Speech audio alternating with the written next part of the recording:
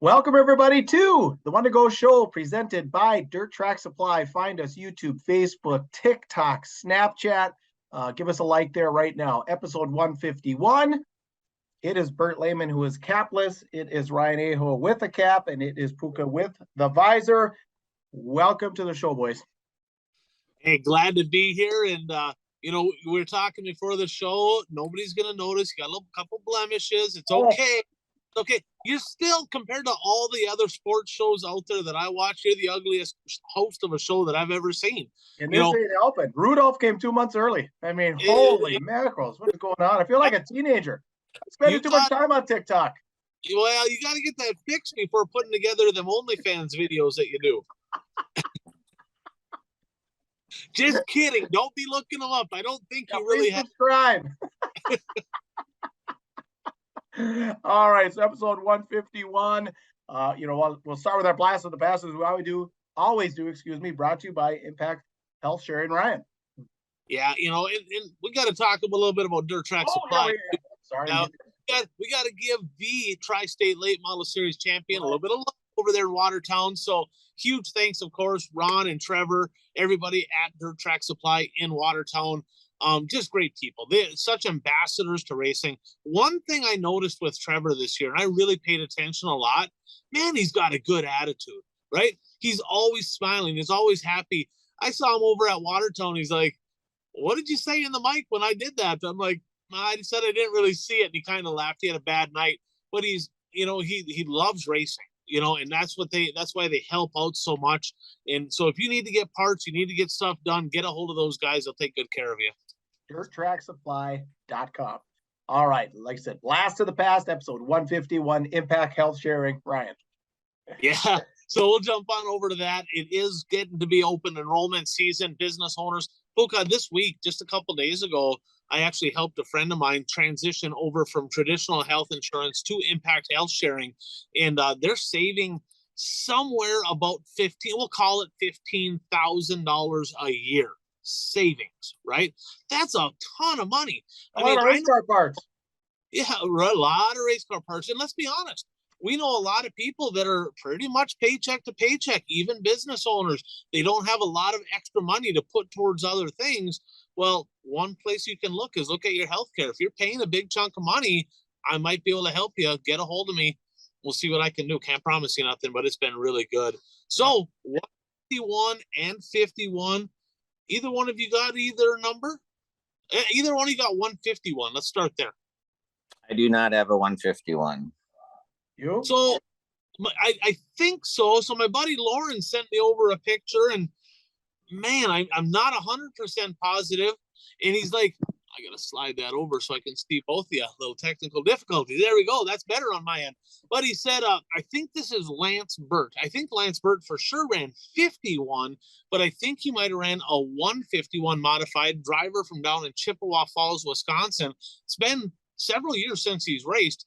I don't remember a lot about him. So if anybody has some Lance Burt stories, share them in the comments. Love to hear a little bit more about this guy. That's what I have for 151. How about on 51? Let's just start with this. So let's just call a spade a spade. Let's just be honest. When you talk 51 in our area, right? I'm talking the upper Midwest. I mean, come on. Who comes to mind? Bert? Joe Kreiderman. Absolutely. Thunder Bay, Ontario, Canada, with some flames coming off the number, right? Oh, man, I tell you what. He was my favorite growing up. I had Leon Plank prior to him. But I remember back in, I think it was 82, Ron Jones was driving for my dad. We used to race up at the Riverview Raceways in Thunder Bay on Wednesdays. They ran every Wednesday. Now, guys, I was knee-high to a grasshopper, right? I was just a little guy. And there was either a rule. My dad said there was a rule, no kids allowed in the pits. Oh. I'm not 100% sure. I didn't know any better. So he just said, hey, you got to go in the stands. Kids can't be down here. I'm like, okay, I'll take your word for it. Well, I was up by myself, roaming around aimlessly, right in the grandstands on the hill. But I remember after the races, I'd go down to Kreiderman's car and some of these other drivers, and I'm like, these are my buddies. This is how I fell in love with racing. Them trips up there. In fact, for multiple years after that, when Joel would come down to Hibbing, like for the Labor Day shootout, you know, I got pictures. I wish I had them to post on the show. I don't, but they're put away right now. But he'd work on his car over at my dad's shop, you know. So I had some great memories of Joel coming there, and I remember him in the old. They called it the super stocks, right? But they called them diamonds up there. They were super stocks back in the day. But he ran the Diamond class. I think Diamond was a beer sponsor of the class. And then, of course, transitioned into a late model, had an amazing career. And him and Ron Jones, guys, and this is something I'm not sure if either one of you know, but if you finished in the top 4 in the Diamond feature, you could actually come in and you could put on Hoosier Humper tires, a big spoiler, 4-barrel carburetor, and go out starting the back of the late model feature and racing that. Kreiderman and Jones every single night would run both and have a little extra spending money each night. So Joel's a great dude. What do you guys got? When you think of Joel Kreiderman, what comes to mind? I mean, for me, obviously being in Eastern Wisconsin, I didn't get to see him race as much as you guys did. But it was always a little special when he would just randomly show up at Shawano Speedway every now and then. If, you know, Cedar Lake got rained out or, you know, tracks got rained out, he would just randomly show up at Shawano Speedway, you know, not very often, but, you know, a handful of times. And it was always special. And I remember, you know, I was younger and it's like, there's a driver from Canada here. Yeah, that's pretty cool. I mean, yeah, like I said, Brian said earlier, post in the comments here. I mean, there's got to be a lot of people with a lot of Joel Kreiderman stories. I guess I'm just thinking, I've got so many, but I'm just thinking right now when we get on here and we say 51 and we all just kind of like, oh, that's the guy. I mean, if there was a Wazota Hall of Fame, he'd be in it. You know what I mean? Because I think there are a lot of fans right now thinking 51 in Wazota, it's Joel Kreiderman. Yeah, without question. And he's back into a modified this year, struggled a little bit, kind of started to figure it out at the end of the year. I'm going to over and under for the 2023 season. Joel Kreiderman, 3 feature wins in the Wazota modified division. Over. I'll say over. I like the way you guys think. I'm going to go even on that because I picked the number, but man, there would be nothing better than seeing Joel Kreiderman parked at 51 in Victory Lane. Either one of you have any other 51s? I have a few, but Bert, what do you got? Well, first, before we get into the real drivers, how can anybody forget? Okay, I'm having a hard time finding the camera. Oh, there we go. Rowdy Bert. No, this is Cole Trickle. That's cool, but yeah, fair enough. That's the mellow yellow car. Yes, but yes, Rowdy. He was racing Rowdy Burns' car. I was gonna do a trivia question there to see if I could actually get you guys. I was gonna say asphalt guy, wreck bad, had to have somebody car, won the Daytona 500. Rowdy Burns it is, but yeah, obviously, if you're a race fan, we talked about 6-pack, but if you haven't seen Days of Thunder, Donkey Award, punch yourself in the head for being dumb. Like, you got to watch it. It just is what it is. But the funny thing with these cars, this is a 1/64 scale car, and these were a promotion that you could only get at Hardee's restaurants. So it was it was between my freshman year and sophomore year of college. I was working construction, and we were working in a city where there was a Hardee's. So for lunch, I said, we have to go to Hardee's for lunch because I have to get my little toy. Yeah, they had the coolest toys. There ain't no question about that. You got that right. I wish I had some of them old collectors because I had every one of them, but I have all 4 of them too. Nice. Slow car. Yeah, those were cool back in the day. So I actually have a guy from Wisconsin, but I know Bert's gonna name him. I think he's a former racer. Well, I only have 1, 2. Dave Jessen, I have. He's former late model driver. He raced in the late models at Shawano Speedway in the late 1990s, early 2000s. He was part of the Plymouth group of drivers who would travel to Shawano Speedway every week to race because Plymouth at that time had limited late models. And so the drivers who wanted to race the more powerful Wazota late models, there's probably 4 to 6 of them that drove from Plymouth area to Shawano Speedway every week to race because they wanted to race in that division. And then eventually Plymouth just got regular late models. Awesome. Well, go ahead. Or you have another one? Well, the other one I have is, Chris Ortel still races, but his That's- dad raced, right? Okay, Yeah, that's he what was I was number- thinking, Chris Ortel. I couldn't remember if he still raced or not. Yeah, he's still Chris racing, Ortel but still his racing. dad raced number 51, I believe. Yeah, that would be Butch Ortel. Clarence, I think his name, but Butch Ortel, he ran 51. So that's two generations of racers. Central Wisconsin, over in that Marshfield area. I raced against Chris when I raced Scott Duvall's car over at the SK Spring Lake Speedway. It was at the time. But I'm not sure if you know this, Puka, but Chris Ortel has a silver 1000 win underneath his belt. He won one in the modified there. So great racing there from Central Wisconsin. And actually, I don't know where he finished. I didn't look at the results, but Chris Ortel did race at Tomahawk Speedway this last weekend. I think he got third. Got third. Awesome. Well, who you got, Ryan? Well, I have a couple here. So Gary Nippold, Scrappy Nippold, right? He races a late model now. I ran against him in the Superstock 55, but Gary Nippold was number 51 in the Superstock for many, many years, still over at the racetrack with his son, of course, that's running a late model. Another one that I have, a community car. I don't know all the people that drove it, but there was a red 51 that bounced around the area in the modifieds, maybe in the B mods too, but Lauren Inman drove that car. Dave Moss drove that car. I feel like maybe Clint Larson maybe drove it a little bit. Maybe Kaylee Emerson got on it, but that car bounced around for quite a while. But Lauren Inman's one who I think kind of got that deal started. Now I have another one. This is a big racing family name in the Twin Ports. Okay.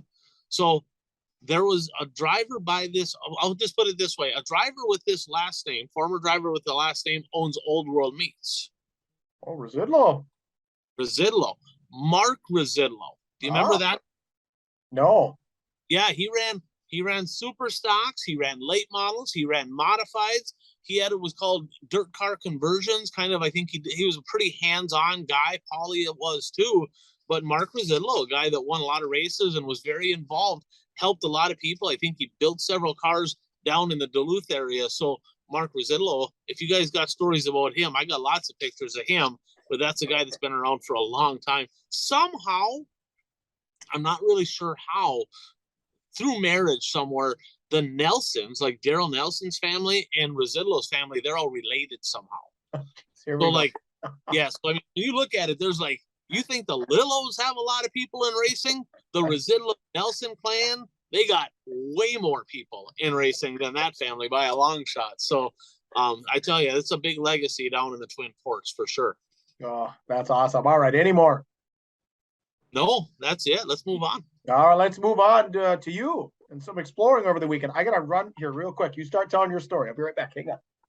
Sounds good. So, Bert, I'm not sure if you saw on Facebook, I was driving truck, right? And I was looking at my route and like, okay, I'm going to Texas. And I got a buddy of mine that lives in Joplin, Missouri, right? Remember I think that's the biggest, deadliest tornado that ever happened like in 100 years was Joplin, Missouri. I don't know if you remember that, but I decided, it's like, hey, I got some time. Let's go play a round of golf. Let's grab dinner. I get on hole number 3 and I turn around. I'm like, what the hell is that? He's like, what do you mean? I'm like, that sign. What is that? It says Joplin 66 Speedway, I think it was. And I'm like, he's like, well, that's the old dirt track. I'm like, you shitting me? I've known you for how long? I had no idea there was ever a dirt track in your town. He goes, oh, it hasn't been open for a long time. I'm like, really? And he's like, and he's a buddy of mine. He's a nurse. He's an RN, right? He doesn't like to get his hands dirty. He goes, yeah, I never really went there much. It was loud, dirty. I'm like, well, you're not my people. Like, we'll play golf, we'll talk football, but come on, dude. So then I talked to his wife, right? Because we all went out to eat. And she's like, oh, yeah, when I was young, we went there all the time. I'm like, really? There's a lot of stuff, and I don't know a lot about the place, but if you Google it, Joplin 66 Raceway, there's some videos that pop up. They had some Have a Tampa races, World of Outlaw races. I saw Jimmy Mars was there. One of the races I saw, Wendell Wallace won. Guys, it was an amazing facility. Grandstands, front straightaway and back straightaway, had the concrete pads where you had to bring your own lawn chair, so it was super easy to clean. They had a big, nice concourse for a building. The track was kind of down in a hole, kind of like it would remind you maybe of Cedar Lake, where it's kind of down in there a little bit. Spacious area. I mean, looked like it had pretty good banking. You can still see the whole track there, but another one of those racetracks that just is no longer there. And it's kind of funny. There was no trespassing signs everywhere, right? And I'm like, yeah, that don't really apply to me. So I'm just gonna go ahead and walk on in here. And his eyes got big. He's like, "What are you doing? You can't go in." It says no trespassing. I'm like, that ain't for me. That's for other people. That's for And non-national champions. yeah, that's not, yeah, that doesn't apply to us, right? So we're walking through there, and there's a guy down in the infield bow hunting. He's like, "Well, you're gonna spook all the deer away from that guy." I'm like, "Oh well, I guess he ain't getting any deer today. I'm gonna go get some pictures of this place. It is what it is." But it was bittersweet, kind of cool running across old relics like that, but sad at the other side, because you look at the racing world and a guy has to wonder, some of the tracks that we've been around our whole life, who knows what, the next 5, 10, 15, 20 years are going to bring. So in 2023, get to the racetrack and bring a friend. Let's keep the racing thing going here. Absolutely. All right, let's move on. Our top 5 moments of the week, of course, brought to you by Brad Parson, Ag Solutions, and Exide.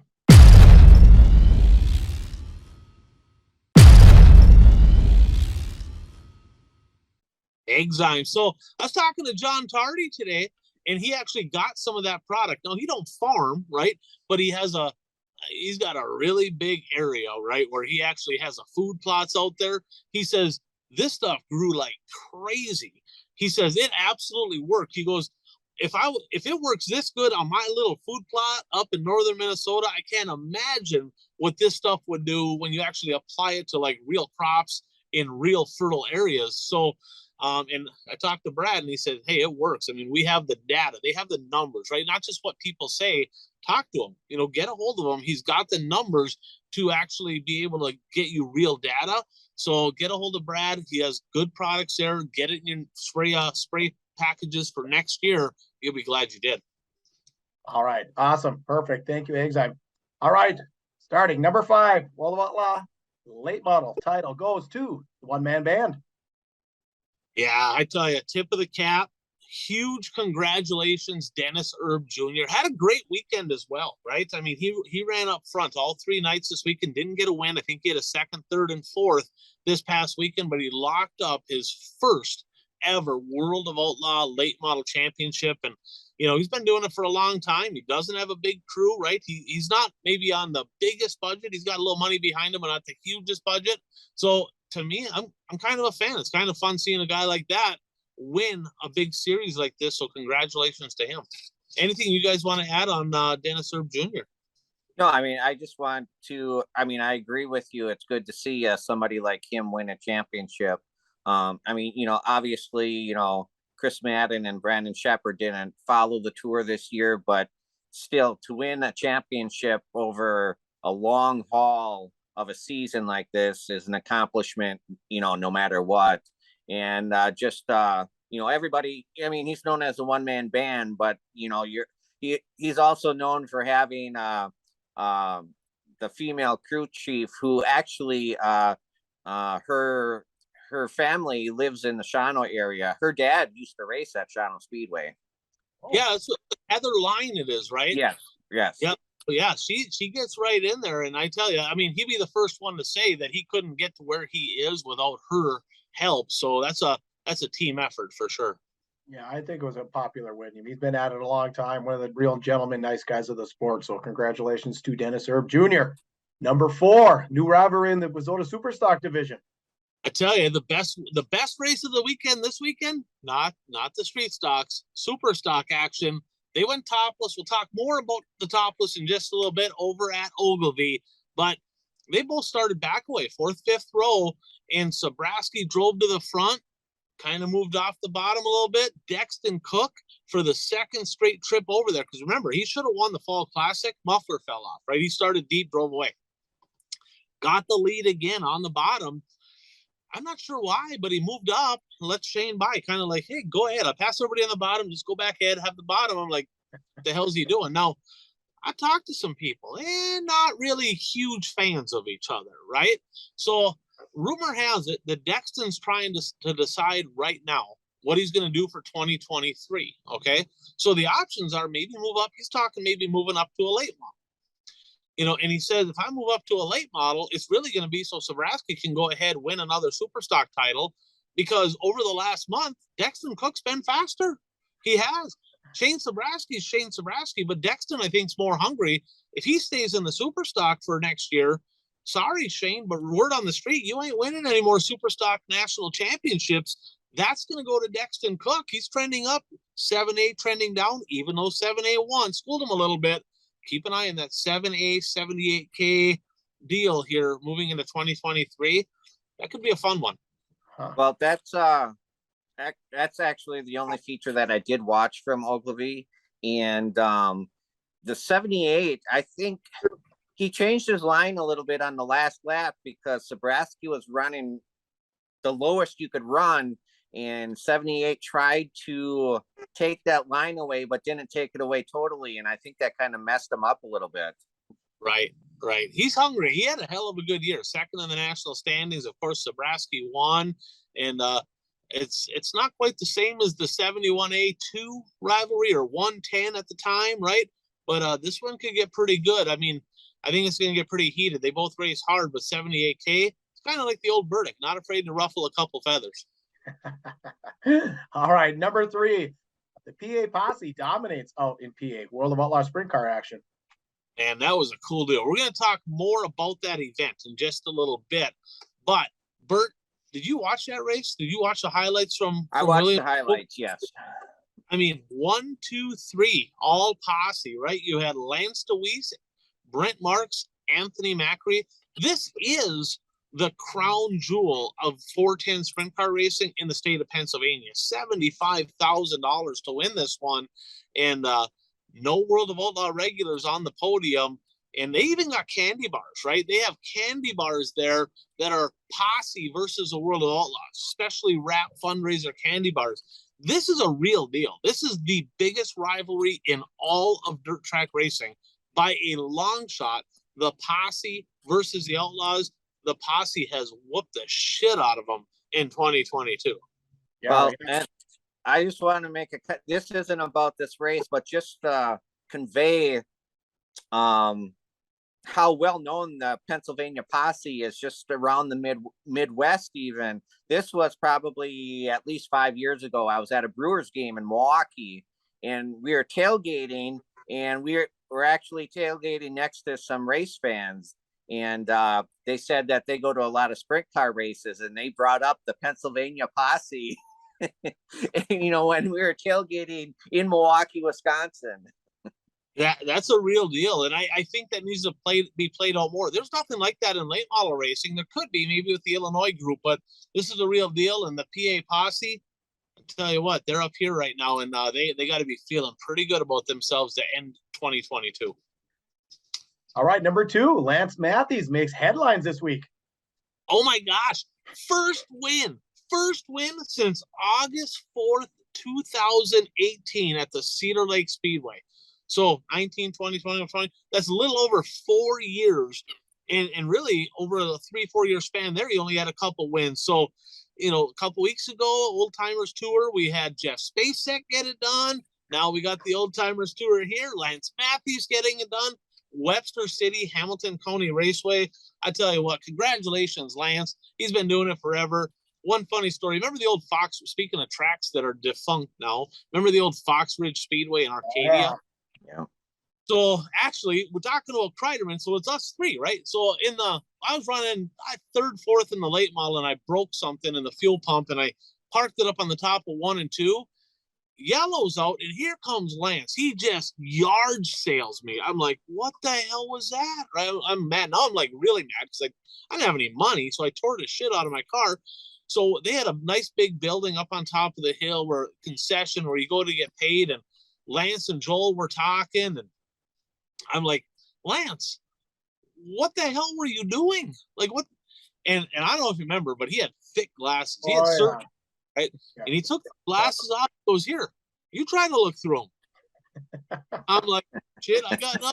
Fair enough. I laughed. Kreiderman was just laughing. But Lance Matthews, a guy that, he raced hard, had a lot of fun doing it, been around for a long time. Great to see Matthews back in the winner's circle.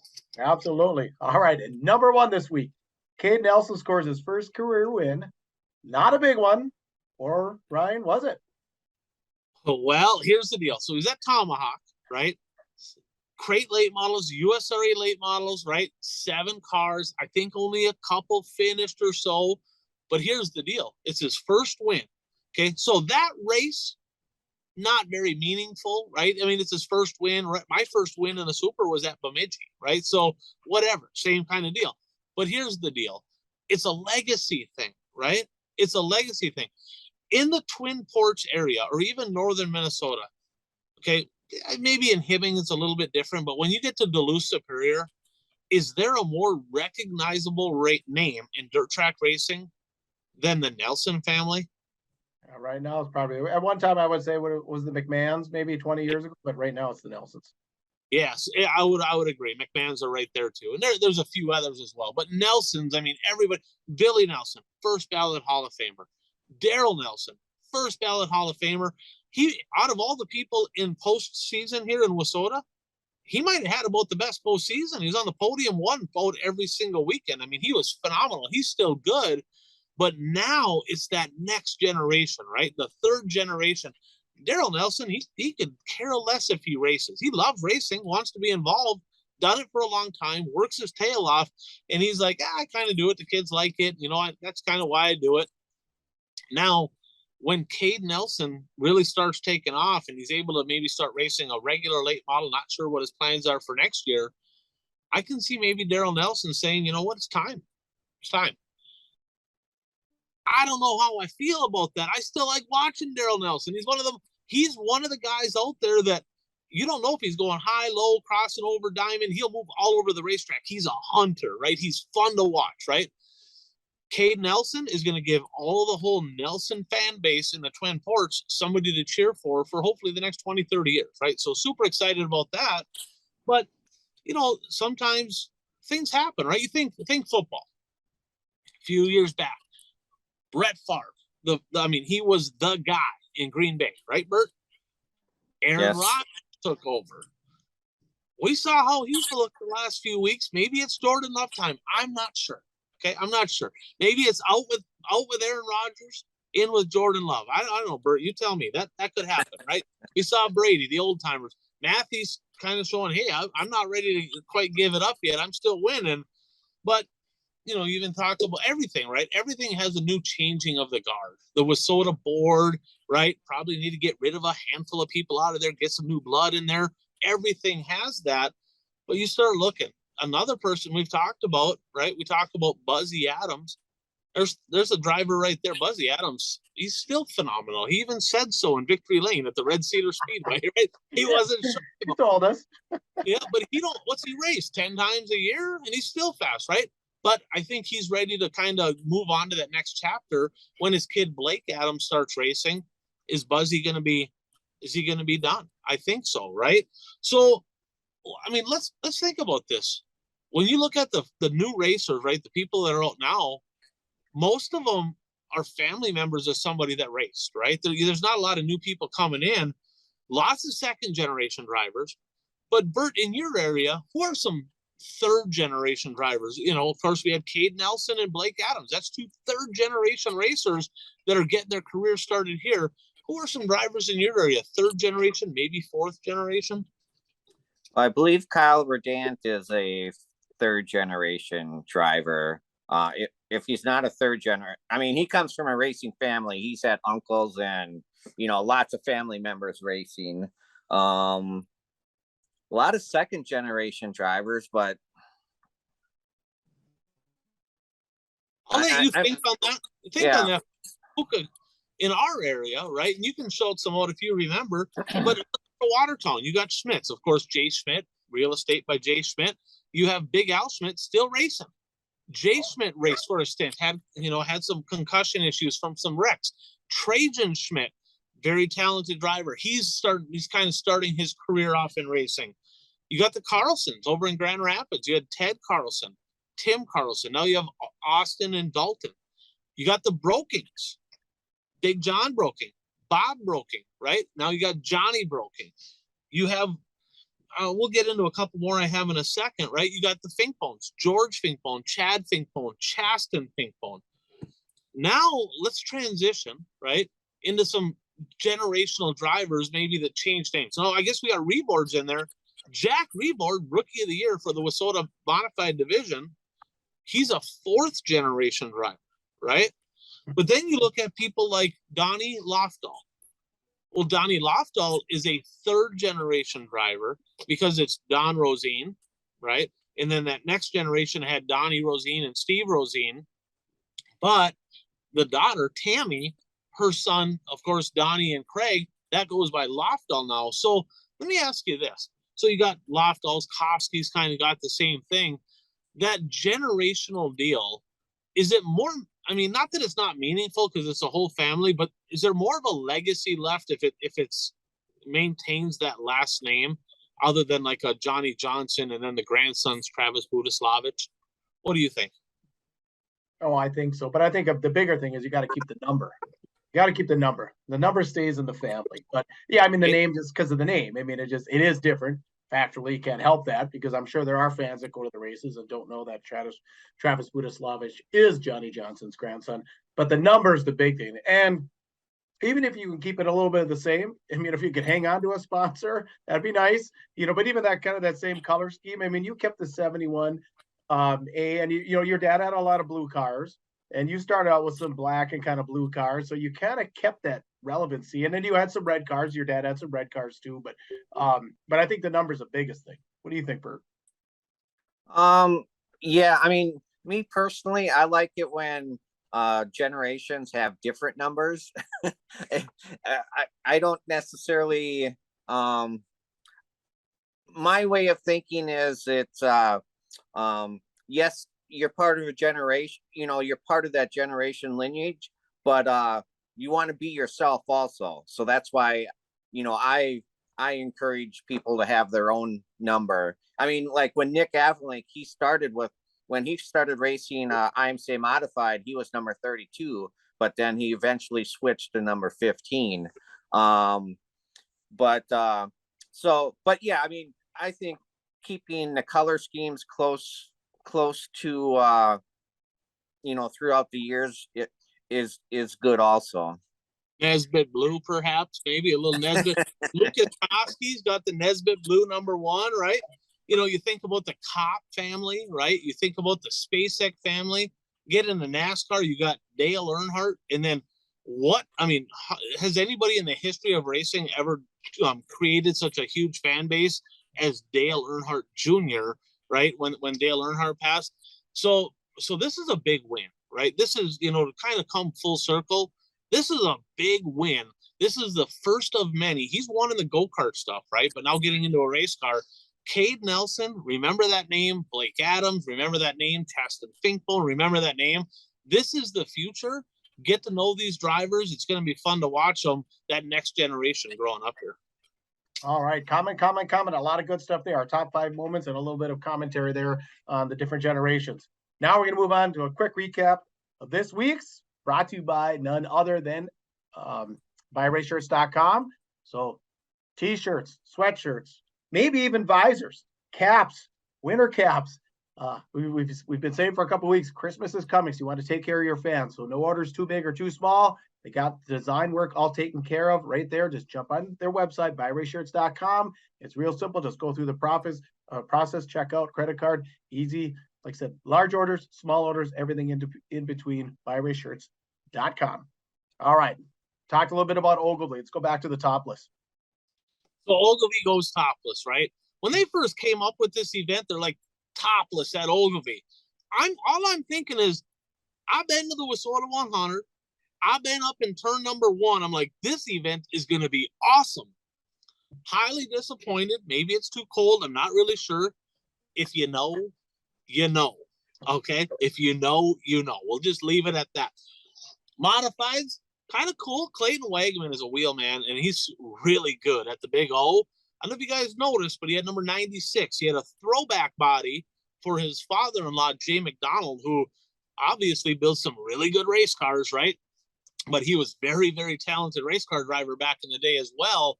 And that 96 back in Victory Lane kind of brings back a few memories from back in the day. Congrats to him on the win there. Jeremy Nelson in the 4 was at Ogilvy. Now, keep in mind, non-sanctioned event, right? This was post-WISSOTA season. Jeremy Nelson didn't even buy a WISSOTA license this year. Oh. Yeah, he ran all USRA stuff. He says, you know what? If I can't buy multiple tires at a time, I'm not even going to dick with it. I'm going to go race USRA. So WISSOTA, you better get that working with Hoosier, get that tire deal figured out, because that's a very talented driver that the WISSOTA tracks missed out on this year. Super stocks, we talked about the 7H. Sabraski kind of snookered him a little bit, right? He kind of made a move to the outside, and I think maybe that moved Dexton Cook up, and that's how Sabraski got back by him. But that was a good race, probably the best race. Another thing I noticed, Ben from Dirt Race Central, he posted every year since the inception of the Big O at Ogilvy, right? Dave Moss has won at least one feature. This is the first year. Speaking of third generation drivers, my pit guy told me to say this. I completely spaced my mind, but I guess Aho, right? You got Rudy Aho, Ryan Aho, and when I raced against Moss, I was kind of his daddy a little bit. I'm kidding, Dave. Oh. I'm kidding. Come on. Midwest Mods, Dave. And remember, he had one taken away from him at the end of the year. I think it was at the Northern Nationals for just a stupid little, I mean, a rule's a rule, but it was meaningless. He won at the Legendary. Now he won at the Topless. Swearingen, a very good race car driver, other second generation guy. Tanner Giel.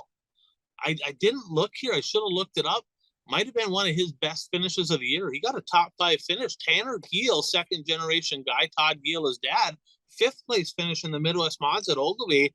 Tip of the cap there. Congratulations, kid.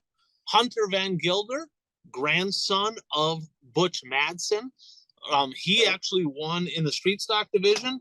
Robert Holtquist getting it done in the Mod 4s. So great way to, glad the weather worked out, right? Though it warmed up, glad the weather worked out. They had a pretty good field of cars there. Track was pretty good, didn't lock down, pretty good racing. Anything stick out? I know you only watched the Supers, Puka. You were out gallivanting out in Wyoming. I was riding horses. Save a horse, ride a. I have a question. Did they paint the wall pink, or was that just the lighting? That's an interesting question. It's October. Somebody post in the comments. I'm not 100% sure. I'd be lying if I said for sure. I mean, because the graphics were pink on the Jumbotron. on the streaming, all the graphics were in pink, and the wall looked pinkish, but I didn't know if it was the way the lighting was at the track or what. I was just curious. We're going to have to jump on to Dirt Race Central, official streaming platform of WISSOTA Racing. Check out the replay. Take a look at it, because I feel like I should know that, but I really don't. All right. Anything else from Ogilvy? No, just great to cap off the season here. All right. So we talked a little bit about the WOOL 8 models. Anything else for either of you two on the WOOL 8s? Well, Bert, go ahead. Well, I was just going to say Brandon Shepard in the 5B car. Yep, B5 parked in Victory Lane, his first official win back in he's won races in the family-owned car, but now he's back in the B5, right? So now he got officially his first win as the driver of that car full-time now.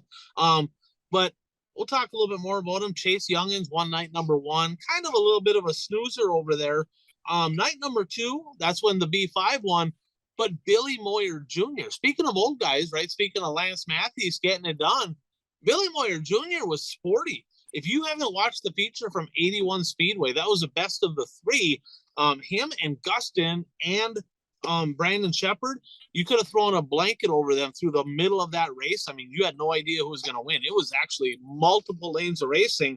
And I'm like, I'm a Moyer guy. I'm like, I was pulling for Moyer. I wanted him to win. I picked Brandon Shepard to win in the points, but I'm like, I don't care. I want Moyer to win. But he didn't quite get it done, but he did get a runner-up finish. That was pretty cool. Sunday, US 36 Raceway, 157. Mike Marlar parked it in Victory Lane. So, again, they had a pretty cool tribute, right? They had several announcers come in from around the region. and they did a tribute, a missing man deal. And remember, this is the first race back for the World of Outlaw late models since the tragic passing of Rick Eshelman, right? So it was super cool that they paid homage to him over the weekend. And, you know, you could hear a lot of emotion. There's a lot of World of Outlaw employees and drivers that knew him well. I mean, it was part of the family. They traveled together, and, you know, it was kind of a pretty heartfelt deal. So pretty cool. Yeah, if you want to learn more about Rick Eshelman, go to our YouTube page, The One to Go Show. Search back about November of 2020. We've got a nice interview there posted. All right. Anything else on the late models? We go to the sprint cars. Let's go to the sprints. That was a pretty. I checked out that video again. That was pretty cool. You did a good job there. All right, let's move on to the. Like I said, they were in Williams Grove over the weekend. Just one night makeup race earlier in the summer. 60th annual, right? Champion Racing Oil National Open. Guys, $75,000 to win.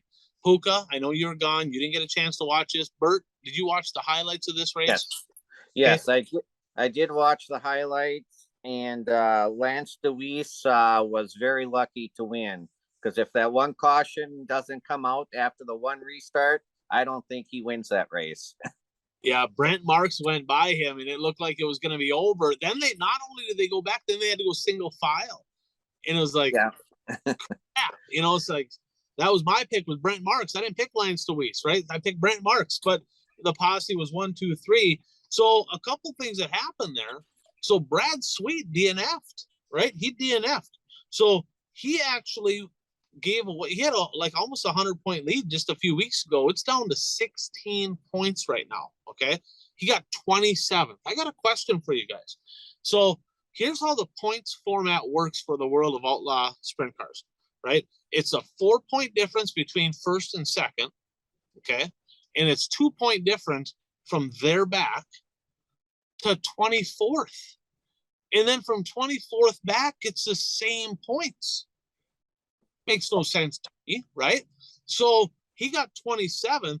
So in essence, Brad Sweet maybe got 6 bonus points. Now, maybe it won't mean nothing, right?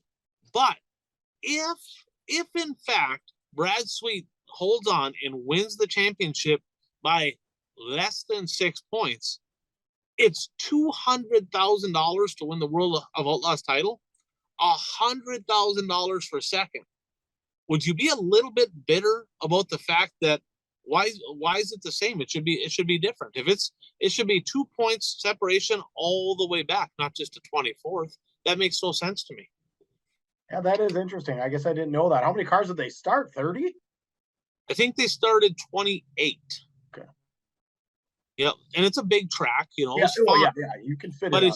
It should be. So that's something to keep an eye on this weekend. That'll be interesting, because if that happens, I'm going to want to talk to David Gravel and kind of hear his thoughts on this, right? I'd be interested to hear what they have to say. It might not matter, you know, might be a moot point. But there was another points battle here in this race. Now, coming into the B feature, I watched the B main, right? And Fast Freddie Raymer was leading the track points there. Now, there's a lot of people out there that like track points don't mean shit anymore. Nobody cares about track points. They pay $18,000 to win the track championship for 410 sprints. They care about track points. Track promoters, if you want your drivers to care about track points, pay more money, right? Well, I don't have more money. We only go get some sponsors, generate some revenue, do something. I'm not a big Terry Volts fan. He's not a big Ryan Aho fan, but I'm going to give them kudos because they put together the Triple Crown out there in South Dakota. That was a great deal. 3 tracks working together: Brown County Speedway, Miller Central Speedway, and the Casino Speedway in Watertown, where they paid $5,000 to the winner of that deal. Guess what? It was talked about. It mattered. It meant something. You want track points to matter? Pay more money and hype them up and make it matter. Guys, $18,000 to win the track championship there. It's $10,000 to win the Wissota Late Model National Championship. Houston, we have a problem here, right? They wonder why nobody follows it. If I told you that the 10th place finisher in the Wissota Late Model National standings had only 1 win, wouldn't that make you shake your head? That's ridiculous. That means nobody's following it. Nothing against Chad Becker. Hell of a season, right? But he'll be the first to tell you, nobody cares. Nobody's following it. Not enough money. He didn't chase it. He ran his 3 local tracks.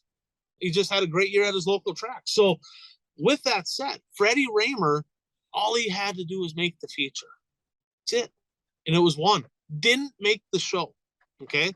So then there was drama, storyline. I like that. I'm a points guy. I like it. Danny Dietrich he started 19th in the feature.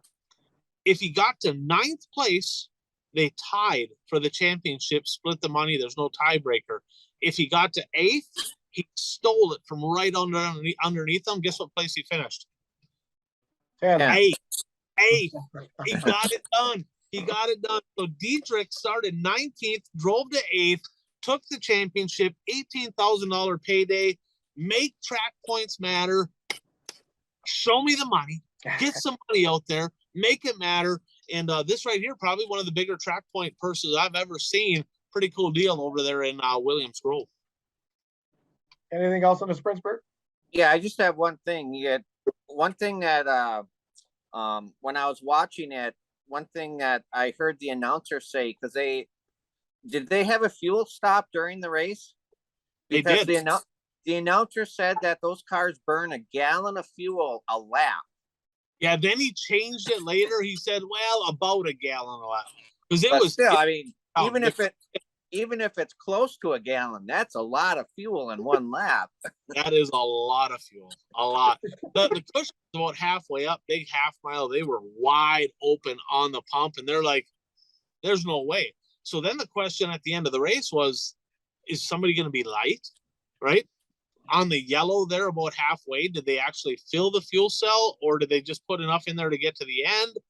So there was a little bit of drama there at the end, but yeah, that was an interesting deal. They were sucking a lot of fuel out of them 410 sprint cars, that's for sure. All right, let's move on. Fall 50 at Florence. So before you get into it, I just want to say, if you like hot rice, this was the race for you. He was hot. He was hot. So Puka, I know you would not be surprised, but Josh Rice was looking like he was going to win a big event at Florence. I know, hard to believe, right? But he got stake bit, right? Donkey awarded the lap car Jason Jameson. I don't know what the hell this guy was doing. I mean, Rice went around him on the top. The dude literally turned to the right like he was going to try to take wide corners. Maybe he drives truck. I'm not sure, but he just stuffed him in the fence. I think he broke the left front suspension on Rice's car. Rice proceeded to drive down into him, kind of backed up on his nose a little bit. There was a little heated, little heated moment there. But my buddy Dave, his favorite driver, the smooth operator, Bobby Pierce, he took full advantage of that. Put the 30 lane. And then Jameson spun in front of Pierce late in that race and almost took him out. He did. He was a weapon. So Donkey awarded Jameson because he usually runs a little better than that. I don't know what the hell he was doing. Saturday night was not his night for sure. Jeez, maybe it was on the bottom before the race. All right, let's move her down to Alltech in Florida. Crate racing USA, crate racing late models. I think it was 27,000 to win the Powell Memorial down at Alltech. First of all, big track, right? And usually a big track suck, but there was multiple lanes. It was actually pretty decent racing. It wasn't too bad.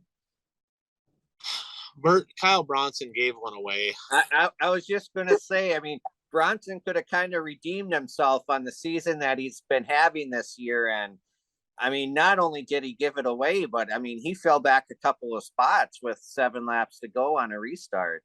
He did. Puka, he had a pretty big lead there. Looked like he had it done. 27,000, is what he would have won. And on the restart, he just kind of rolled the middle. He didn't go right to the top. He didn't go to the bottom. He just rolled the middle. He went from first to fourth on the restart. It's like, what is he doing? And Joseph Joyner snuck in there. I think he was fourth on the restart and drove all the way up on the bottom to take the lead in an emotional win because kind of a cool story. Check it out online. Go to the website, Alltech Speedway. They have a little write-up on it.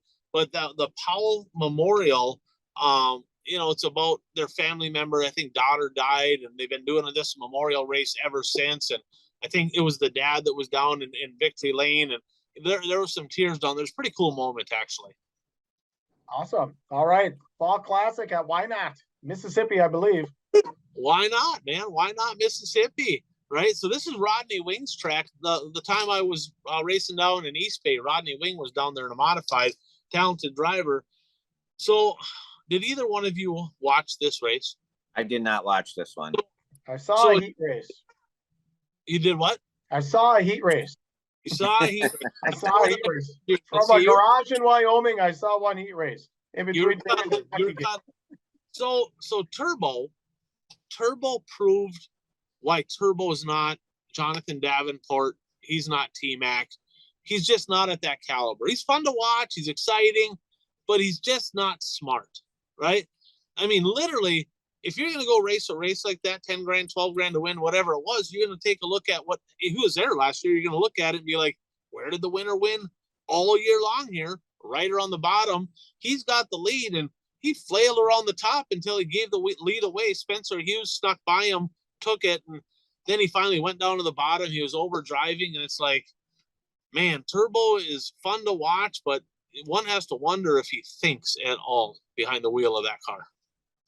Anything on that one, Bert? No, I don't have anything to add. All right. Keystone Cup, did Eckert pull that one off? So Satterley started second row. Eckert did not pull it off. So if I said, hey, you got a bunch of locals there, Greg Satterley, row 2, how much would you say he won by?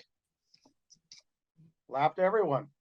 Big track. He did not. Local Jeff Ryan up there gave him an absolute curb stomping by a straightaway. So I think that one was what, 25,000 to win up in Bedford, up in Pennsylvania, 22 or 25, one of those two. But I was surprised. I figured Satterley was going to park it, and Jeff Ryan just absolutely dominated that. So pretty uneventful up there in PA. All right. Finally, we'll wrap with this, one of the more controversial items of the weekend. Overton hit by the droop rule. I got to give him a donkey award. What a dumbass, right? So let's be honest. Droop rule's been around. Some like it, some don't. It is what it is. Been here for a year and a half. That's no different than a Wasota guy getting DQ'd for deck height. Can't you read a tape measure? You know the rule, right? We don't like the rule, but we know the rule. They're going to check it. I don't know what happened. I mean, I think he broke a plastic puck, which then break. I mean, I get it, but there's really no excuse for failing the droop rule at this stage, right? I mean, that just doesn't make sense. He kind of dominated that win. Ross Bales took advantage. The boss, Ross Bales, parked it in Victory Lane. But what's your guys' thoughts on that? I mean, we're 2 years into this deal, right? I mean, at some point, are you going to be like, how's this even a thing anymore? I mean, you know they're checking it. How do people continue to fail the droop rule? I just don't understand. Well, I mean, to me, that's with any rule. If you know they're going to check it, I mean, you really can't complain if they nab you for it. And like you said, I mean, we're 2 years into this now, so you know it's not like, oh, you're checking the droop rule after the race. Well, if I would have known. Yeah, and I just get back to the measuring of it. You know, is that what is getting these guys? I mean, Ricky Weiss, you know, to this minute, you know, proclaims his innocence. So, you know, maybe that's what it is. But I did hear it took quite a while for that, you know, again. So you think you've got the winner. People are waiting for Victory Lane. And I heard it took up to like 8 minutes. They kept measuring and they just couldn't get it to come right. So, yeah, I don't know. I don't know what they're going to do with that rule. And Holden is not a guy that's going to complain. He didn't make big drama about it, as far as I know. He's like, hey, it is what it is. I mean, whatever, it is what it is, right? You know, so he's first class when it comes to that kind of stuff, when he just takes it on the chin. But from what I understand, it took a while because it came out illegal, right? And they're like, well, let's double check it. We don't want to just call you illegal. Let's make sure that we're DQing you and we're right. And it sounds like they checked it multiple times. I don't know exactly why it came up illegal, but at least I'll give hats off to the track for doing their due diligence to make sure they were making the right decision. Yeah. All right. Anything else on the results? Nope. All right. Let's move on to who's hot, who's not. Bert, you want to start us off? Not as much race, yeah. A little tougher. I'm gonna go who's hot based on last weekend alone. Chase Younghands. He raced the 3 weeks or the 3 races with the World of Outlaw late models. had a first, a fourth, and a second. So pretty good weekend for a driver who doesn't he's followed the Tour in the past, but he's not following it this year. You know, I'll tell you, like I said, I watched that one heat race all weekend, and that the winner of that one heat race. Seems like that was 2 weeks ago, but you know, in all these different states and everywhere I was. But you know, I'm gonna go with Lance Deweese because he won that 10-lap, 10,000 to win World of Outlaw sprint car race. What, a couple weeks ago? Remember, he got $1,000 a lap, rain shortened, obviously, and then you know, pulling off the National 100 or National Open, excuse me, National 100s this weekend, and the National Open. Pretty impressive. That's a good one there. I completely spaced that he won that last one, so he did double up at that deal. I had Chase Youngins. That's who I had too. But I had a backup plan because you're right, Bert. Literally, he fell off the Tour because he just was not performing. And to be able to run first, fourth, and second, that's a hell of a weekend for Youngins. But I'm going to just take Dennis Erb Jr. He kind of got a little quiet at the end of the year here where he was just kind of there.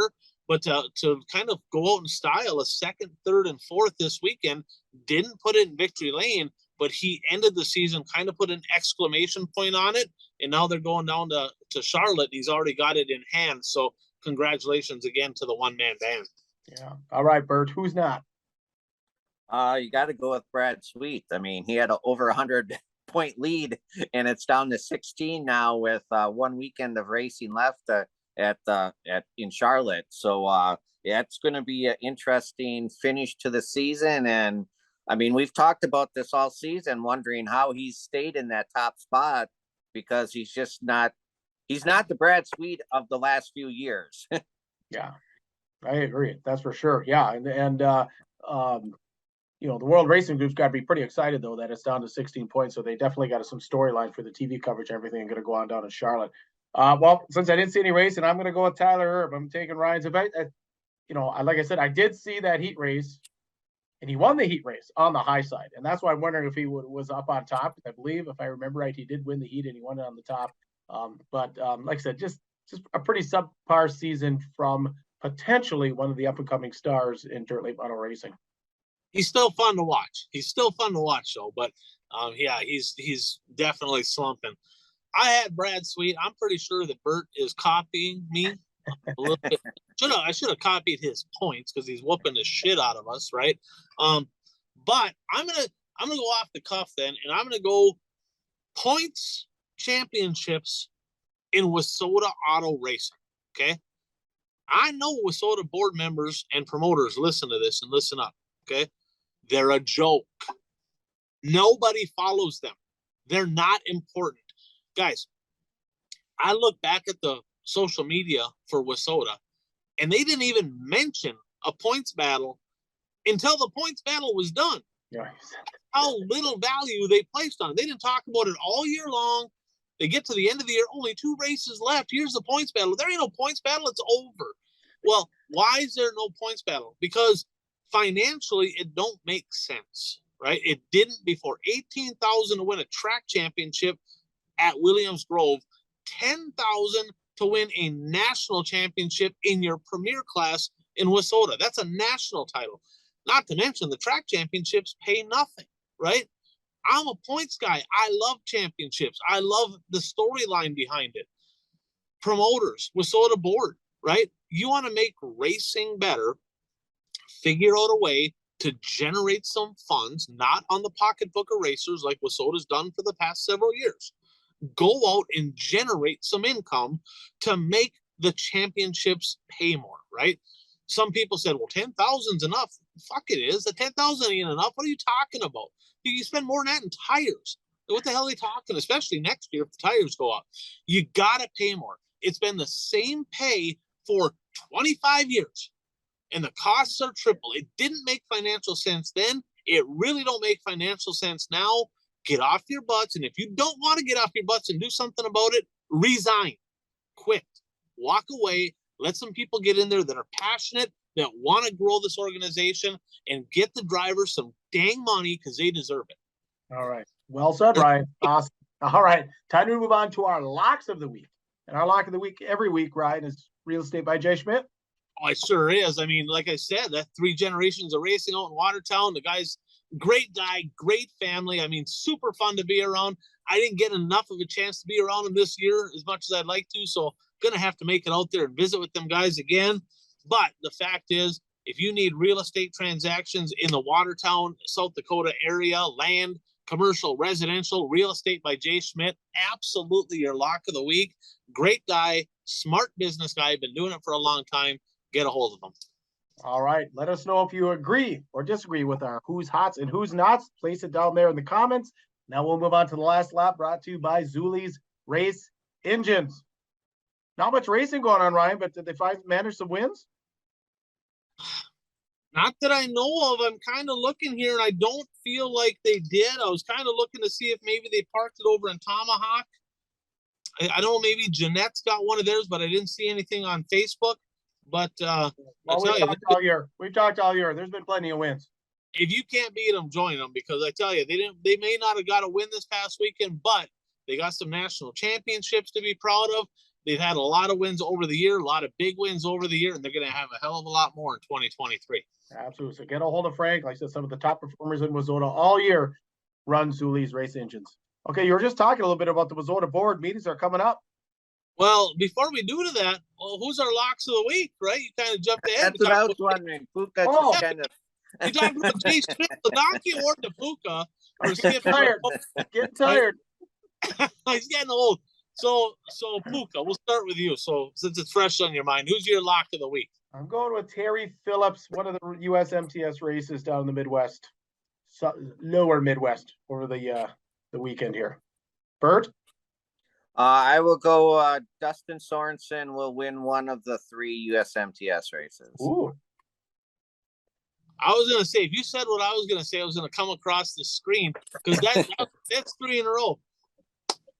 There's going to be a Happy Gilmore check coming out this weekend that says $100,000 for the U.S. MTS champion. That check is coming back to the great state of Minnesota, particularly Rochester, Minnesota. Dustin Sorensen about ready to put the exclamation point on his championship season. Good luck down there. And I guess it would be 3 races down in Kansas and Missouri. So yep. Go bring the championship back up here where it belongs. All right. Now let's move on. Sorry about that, race fans. So yeah, the Wazota meetings, you were just talking about some of the Wazota board members meetings are coming up. Yeah, that's a big thing. So obviously they got an agenda there, and you talk about rules and this, that, and the other. There's a few things that are hot topics, right? Getting rid of the stupid automatic transmissions that break all the time in street stocks. Them got to go, right?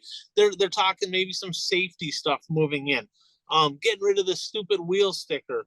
But there's got to be, I hope there's a little bit of discussion down there on the point structure, the points, the payout for the points, social media. I hope they're actually looking ahead and figuring out how do we grow this organization. We'll find out in a couple weeks. I'm going to be there. All right, awesome. So, all right, some news on B-Shep. Which one do you want to take that one? Well, let's skip that, because I think you got the old agenda there. I'm going to skip over one thing. Bert, we got a little news over in eastern Wisconsin too, don't we? Yeah, it's actually fairly big news. Beaver Dam Raceway, which has raced on Saturday nights for as long as I can remember, they announced at their banquet, and they were also unsanctioned.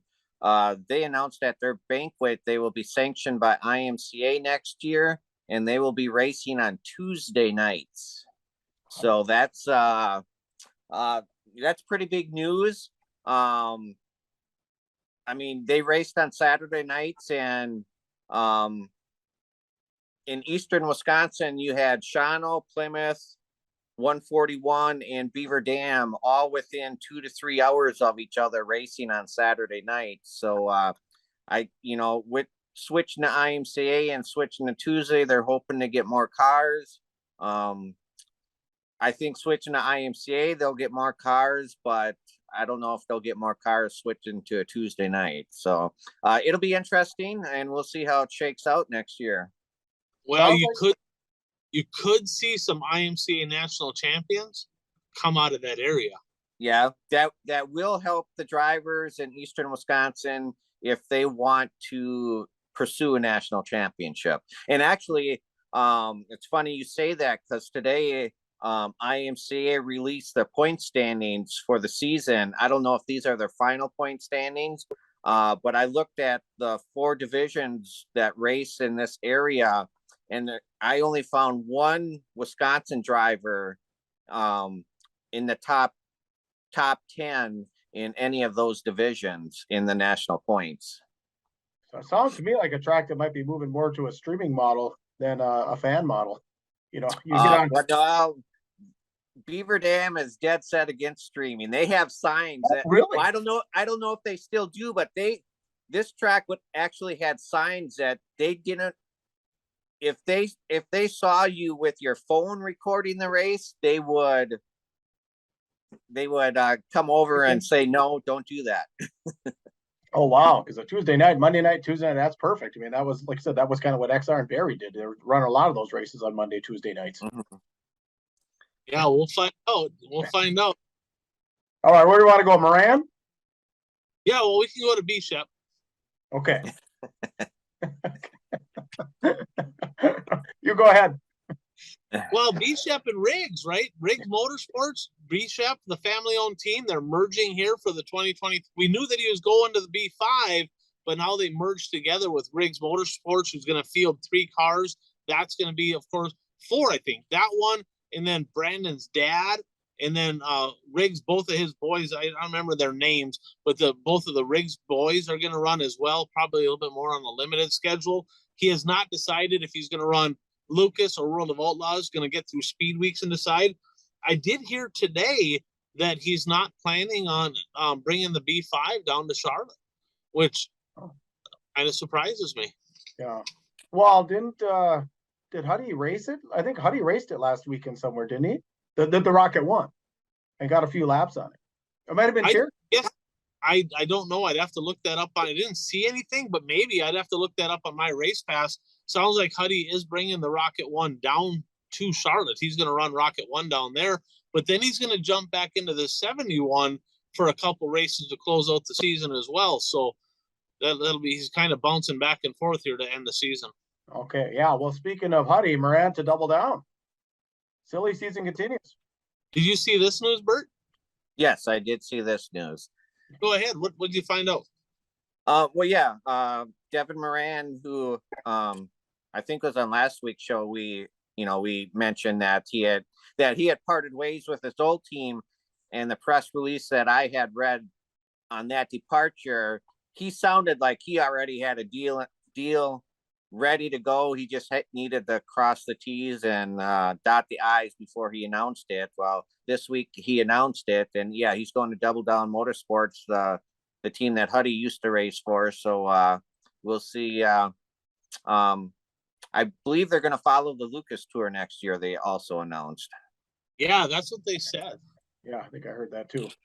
All right, Ryan, some news at Monster Hall, your old stomp. Put some laps in down there. Yeah, they closed. I mean, they've had talk about musical cars, right? At the end of the year here, we're in the silly season.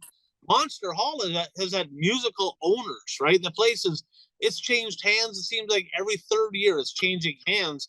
But interesting enough, they never had a huge car count, but they always get a big fan base. And it looks like Monster Hall Promotion is going to come in. Haven't really announced full plans yet for the 2023 season, but it sounds like racing back on the card in central Wisconsin. Yeah, that's awesome. I remember that place, I don't know, it seemed to, in the mid 2000s, it seemed like it was, kind of a cool place. I remember some of the Cheaters races they ran, and like I said, you were running there later, but yeah, I agree. Right after Cheaters races. How does that? What are you doing? Oh God, that's great. But yeah, like you said, we've been doing the show, definitely just ownership after ownership. All right, let's move on to our standings here. Bert, continuing. When did you take over the lead? About USA Nationals time? Maybe a little bit before that, but yeah, somewhere around there. Ryan, are we seeing headlights the rest of the way here, or can we catch him? Well, I think he failed the droop rule. I'm not really sure. Yeah, we're gonna have to pick go-karts and downhill sledders and Yeah, all does kinds. Cedar Lake have any more in the indoor arena there? We could probably do some picks. Well, Yeah, I was surprised we didn't pick Tomahawk last week. They had like 9 divisions we could have picked. maybe we're doing the national 100. They probably got 12. Could have picked all 12. I think we tried, didn't we all try watching that a year or two ago? And it was like, we just can't get through this. This was Well, they stupid. started at like 9 in the morning. Didn't they Yeah, start like 9 in the morning and they're still racing at 9 at night? yeah, yeah. So 15 classes with about, what, 11 cars per class? that's about it. So yeah, so Bert's leading. Of course, Puka, you're in second. My goal is try to catch you. I can't lose to that hat. I just can't lose to that hat, right? I'm third. Oh, yeah, Jeff's in fourth, hanging on, and then we got Mike and Brad in the mix. Had a lot of fun. I know there's a few more people that want to join us. Them two are going to join us at the beginning of the year next year. But Bert looking to take that hardware home from DK9 Motorsports there, and from Big Mike there, kind of getting you the hardware. That trophy looks like it might be getting a home. I'm not sure how I feel about that, but Bert, I'm not saying anything yet. I don't count my chickens before they're hatched. 2 in a row for Bert. 2 in a row. Hey, All right, Puka. Speaking of Tomahawk, Cole Richards got it done, but Hunter Anderson, the 4A, of course, we talked about Parker Anderson, his brother won the street stock title last year. Hunter Anderson got his first career win in a modified over at Tomahawk this weekend as well. I want to give him a quick shout out there. So congrats to him. Nice. Awesome. All right. That should put a wrap on episode 151. And anything else, boys? No, just, I mean, hey, did you happen to see at Williams Grove, what, if you think Williams Grove, we think sprint cars, but what's the one other thing that stands out at Williams Grove? The bridge. The bridge. It's gone. They're taking it out. That's going to a museum. Sounds like they're going to put in a brand bridge that's going to be wider, but out with the old, in with the new. The famous bridge, they're going to revamp that deal. A lot of history with that bridge at Williams Grove. This weekend, right? It's USMTS Championship weekend, right? Humboldt, Lakeside, 81 Speedway. That's all on Racing Dirt, right? If you don't have it, you can get that on Racing Dirt. Puka's favorite show of the year, National 100, starts right away in the morning. You're the only one up. Bluegrass Nationals, Richmond, Kentucky. I'm delivering in Kentucky on Friday. I don't know where my reload is. I'm going to go ahead and knock on wood here that maybe I get a reload that brings me by Richmond. That might be maybe a possibility. And then, I don't know if you saw this, but Straight Line Racing, Smoke is making his NHRA debut this weekend in Las Vegas, going straight line racing. Oh, all convenient in Las Vegas. Boomquist is Pitman? Maybe. So what do you guys, this weekend, not a lot of racing, but is there anything in particular you're looking forward to here this weekend? Oh, well, obviously the USMTS with Sorensen, leading the points and going for the championship. It's always fun to watch a driver that you from your area going for a national championship. It just makes me kind of depressed. All the racing's done up here. That means the season's over. That means winter's coming, and it is what it is. But that time is now here. Yeah, and I'm with Bert on that, right? Third generation racer. Of course, you had Dick Sorensen, Mike Sorensen, now Dustin Sorensen. Kid's a hell of a wheelman, and man, I hope he can take this baby home this weekend. Down in USMTS land down there, bring that championship home. We're all pulling for you up here. And I just want to make one mention. Speaking of local drivers going for national championships, it's not this coming weekend, but a week from this coming weekend, Ty Majeski will be going for the NASCAR Truck Championship. He made the Final Four, and so he's one of the 4 drivers eligible in the final race in the Truck Series. Hey, remind us of that next week. Well, yep. I'm going to have to watch that one now. Give me a reminder on that, Bert, because that's a kind of a local guy in our, for sure for you, but even us from Midwest, that'd be super cool to see. Very cool. Yeah, congrats and good luck. That's awesome. All right, so like I said, that'll wrap up episode 151. Appreciate a share right now if you enjoyed the show. As always, congrats to our great partners: Dirt Track Supply, Brad Parsons Soil and Egg Solutions, J. Schmidt Real Estate, Zuli's Race Engines, BuyRaceShirts.com, Impact Health Sharing, Dirt Race Central, and Mason Aaron's videos. theonetogoshow@gmail.com if you want to get a hold of us privately. Also, decals for $5. You can message, you can email, just get a hold of one of us. We'll find a way to get that to you. Again, find us Spotify, TikTok, Snapchat, Facebook, Rumble, and YouTube. For Ineo, for Bert Lehman, I am Puka. Get out there and be your dream, your tune to the One to Go Show.